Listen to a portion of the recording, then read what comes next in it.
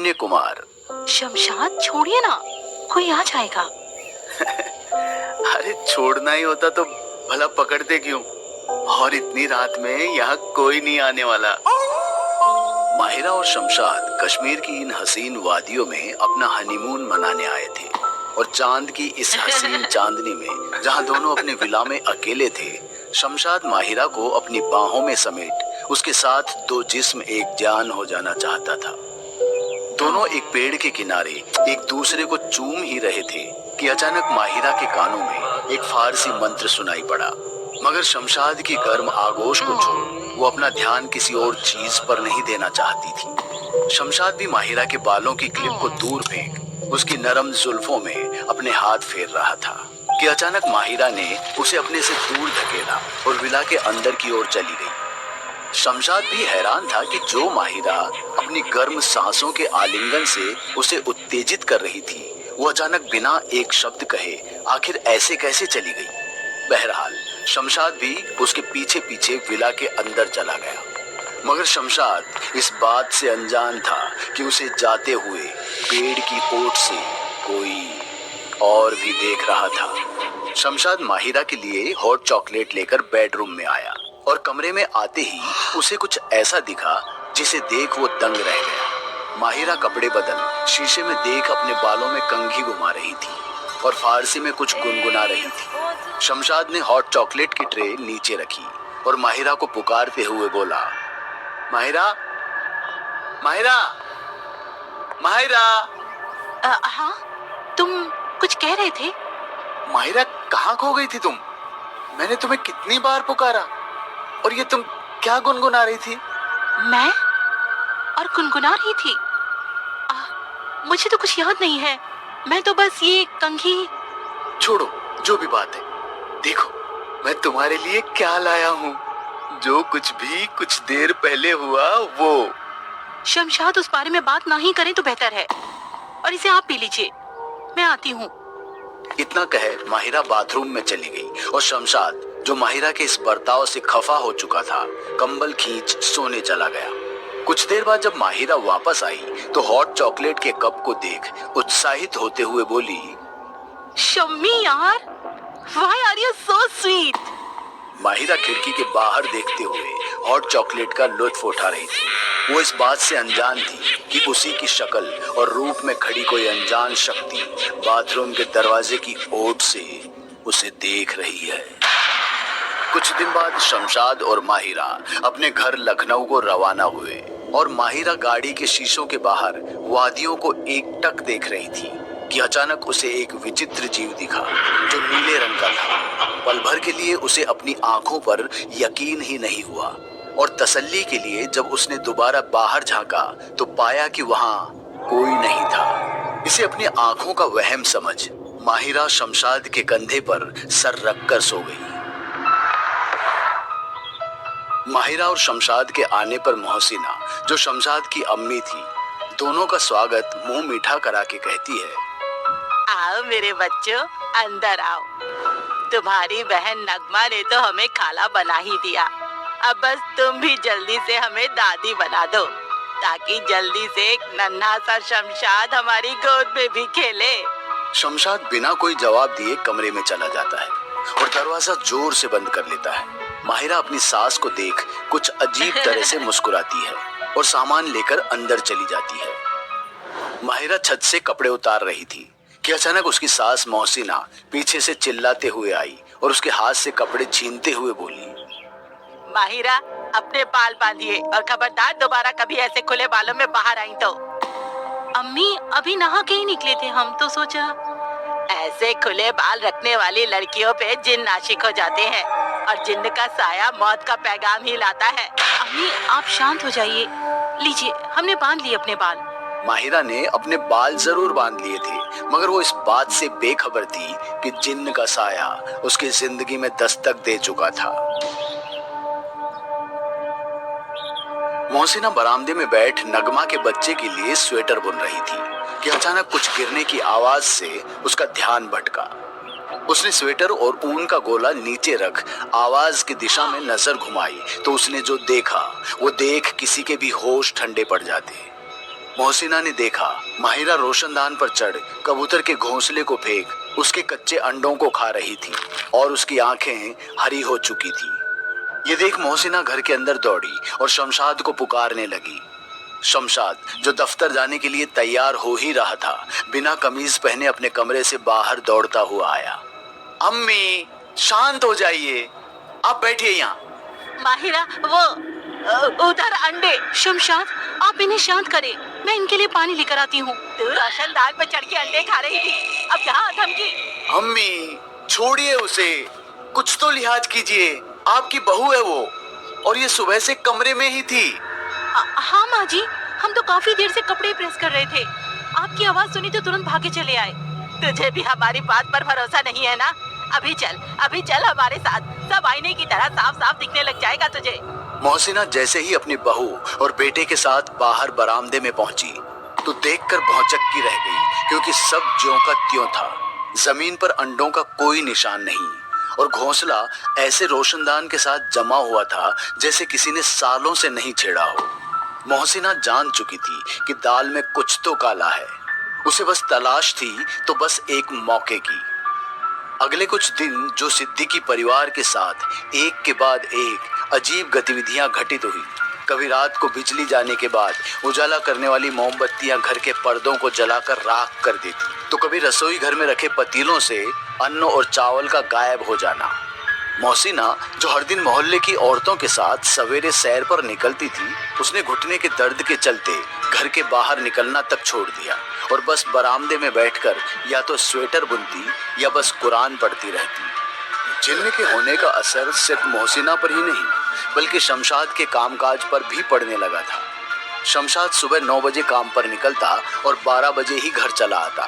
अपनी अम्मी के कई बार पूछने पर भी वो अपने घर जल्दी आने का कारण नहीं बताता और माहिरा के साथ कमरे में जिस्मानी संबंध बनाता। ये आजकल के नौजवान काम से ज्यादा बीवी के पल्लू से बंधे रहते हैं, न जाने क्या होगा इनका। इन सब के चलते अनजान सिलसिलों के बीच एक दिन ऐसी बुरी खबर आई जिसने सिद्दीकी खानदान को झकझोर कर रख दिया। मोहसिना को फोन पर खबर मिली कि उसकी बेटी नगमा का मिसकैरेज होने से उसका बच्चा कोख में ही मर गया और अब वो कभी मां नहीं बन पाएगी। इस खबर ने मोहसिना को ऐसे तोड़ा कि उसने आखिर वो कदम उठाने का सोचा जो वो कब से उठाना चाहती थी। अगले दिन सूरज चढ़ते ही मोहसिना मौलवी साहब से मिलने उनके घर पहुंच गई। क्या मदद कर सकते हैं हम आपकी? मौलवी साहब, आपसे तो क्या ही छुपा है, आपको तो पता ही होगा नगमा के साथ क्या हुआ था। मेरी बच्ची। अरे हिम्मत रखिए, अल्लाह ताला सब ठीक करेंगे। उस रात के बाद से कुछ ठीक नहीं हो रहा है मौलवी साहब, आपसे गुजारिश है हमारे आशियाने को उजड़ने से बचाइए। अरे अरे अरे, आप हाथ मत जोड़िए, हम आज शाम को नमाज पढ़ने के बाद आएंगे तुम्हारे घर। वैसे हमारे शमशाद मियाँ कैसे हैं? निकाह के बाद तो मस्जिद आना भी कम कर दिया है उन्होंने। वो मुआ मस्जिद छोड़िए, काम पर ही चला जाए तो बड़ी बात है। पूरा दिन अपनी बीवी के साथ कमरे में, तौबा तौबा, बोलने में भी शर्म आती है, पर वो नामाकूल। मौलवी साहब ये सब सुनकर कुछ सोच में पड़ गए और अपनी शाम की नमाज पढ़ने के बाद जब शाम को मोहसिना के घर के पास पहुंचे तो उन्हें भी वही फारसी मंत्र सुनाई दिए। मौलवी साहब समझ गए कि सिद्दीकी खानदान की चौखट पर पैर रखना खतरे से खाली नहीं होगा।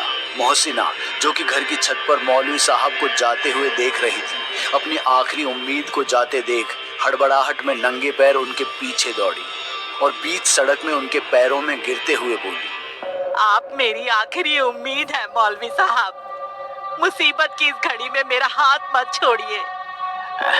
माफ करना बहन, पर तुम्हारे घर में किसी ऐसे वैसे जीव का नहीं बल्कि एक बेहद खूंखार और शक्तिशाली जिन्न का साया है और मेरा अभी इस घर में आना उसे आगाह कर देगा। तो क्या ये मुसीबत के बादल कभी नहीं छटेंगे मेरे परिवार से? खुदा के घर देर है, अंधेर नहीं। जिन्न चाहे कितना भी शक्तिशाली हो, अजान के वक्त कमजोर पड़ ही जाते हैं। कल सुबह की अजान। मौलवी साहब जैसा जैसा बताते गए, मोहसिना सुनती गई और गर्दन हिला हामी भरती गई। अंत में जाते जाते मौलवी साहब ने उसे 3 ताबीज दिए और अपने घर की ओर चल दिए।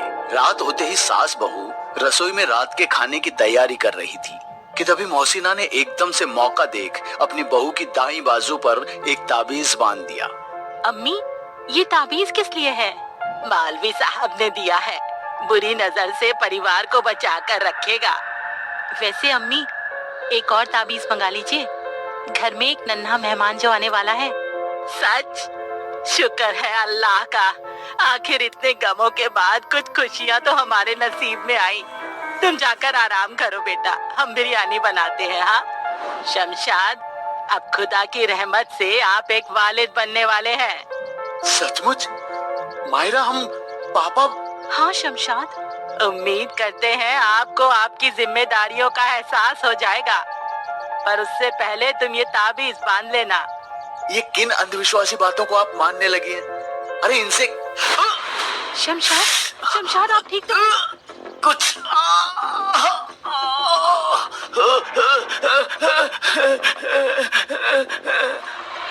इससे पहले कि कोई कुछ समझ पाता, शमशाद गुस्से में छटपटाते हुए घर से बाहर भाग खड़ा हुआ। मोहसिना ने जरा भी देर न लगाते हुए मौलवी साहब को फोन घुमाया और जो कुछ भी घटनाएं घटी वो ज्यों की त्यों उन्हें बता दी। मौलवी साहब ने भी ज्यादा समय ना लगाते हुए एक किताब उठाई और तुरंत मोहसिना की मदद करने उनके घर पहुंच गए। देखिए, ज्यादा समय नहीं है, हमें अभी वजीफा पढ़ना शुरू करना होगा, नहीं तो देर हो जाएगी। आप लोग सारे दरवाजे और खिड़कियां बंद करना शुरू कर दीजिए। एक बार हमने वजीफा पढ़ना शुरू कर दिया तो इस कमरे से बाहर निकलने की इजाजत नहीं रहेगी। मौलवी साहब के इतना कहते ही मोहसिना और माहिरा ने घर के सारे दरवाजे और खिड़कियां बंद कर दी। मौलवी साहब ने वजीफा पढ़ना शुरू किया। कुछ देर तक तो सब ठीक था, पर फिर अचानक दरवाजे से किसी के चिल्लाने की आवाजें आई। अम्मी, दरवाजा खोलिए, ये जिन्न हमें जिंदा नहीं छोड़ेगा, हमें बचा लीजिए। शमशाद बाहर दर्द से अपनी जान की गुहार लगाता रहा, पर मोहसिना टस से मस ना हुई। लेकिन फिर भी वो बेचारी एक माँ थी और एक माँ का दिल आखिर कब तक ना पसीजता। जैसे ही मोहसिना दरवाजा खोल अपने बच्चे को बचाने गई, उसने पाया कि वो शमशाद नहीं बल्कि एक विशालकाय नीला जीव है जिसे दुनिया जिन्न के नाम से जानती थी। उसने मोहसिना की गर्दन दबोची और उसे जमीन के ऊपर उठा लिया, जिस कारण वो एक एक सांस के लिए छटपटाने लगी। कौन हो तुम और क्या किया है तुमने मेरे शमशाद के साथ? कहाँ है मेरे शमशाद? मेरे रहते शमशाद की क्या जरूरत तुम्हें? कश्मीर की उन वादियों में उस रात जब से तुम्हें देखा था, बस तुम्हारे जिस्म तुम्हारी रूह से रूबरू होना चाहता था। और उस आदमी की खबर जानकर तुम क्या करोगी जो इस दुनिया में अब है ही नहीं? क्या किया तूने शमशाद के साथ, बता।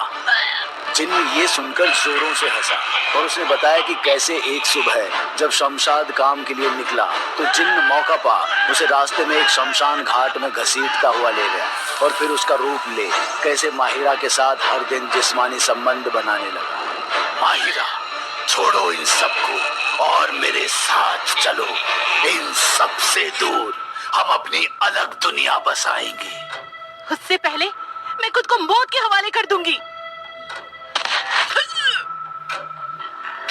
मौलवी साहब की पढ़ाई में बाधा डालते हुए जिन्न कमरे में पड़ी चीजों को उनकी तरफ हवा में उड़ाते हुए फेंकने लगा। एक फोटो फ्रेम सर पर लगने के कारण मौलवी साहब जख्मी होकर गिर पड़े और उनके मंत्रों के उच्चारण में खलल पड़ ही गई। क्यों रे खुदा के बंदे, वजीफा पढ़कर मुझे नेस्तनाबूद करेगा? इतने सालों में तेरे जैसे मैंने कई मौलाना तांत्रिकों को मक्खी की तरह मसल कर फेंक दिया, तो तू किस खेत की मूली है? तुझे भी मैं तेरे खुदा के पास तुरंत भेजता हूँ, फिर जन्नत में पढ़ना अपने वजीफे। जिन्न ने एक मंत्र बुदबुदाया और उसके हाथ में एक खंजर प्रकट हुआ, जिससे उसने सीधे मौलवी साहब पर निशाना साधा। पर इससे पहले कि वो खंजर मौलवी साहब के सीने को चीरता, मोहसिना मौलवी साहब के सामने कूद पड़ी, जिस कारण वो खंजर उसके गले में जा लगा।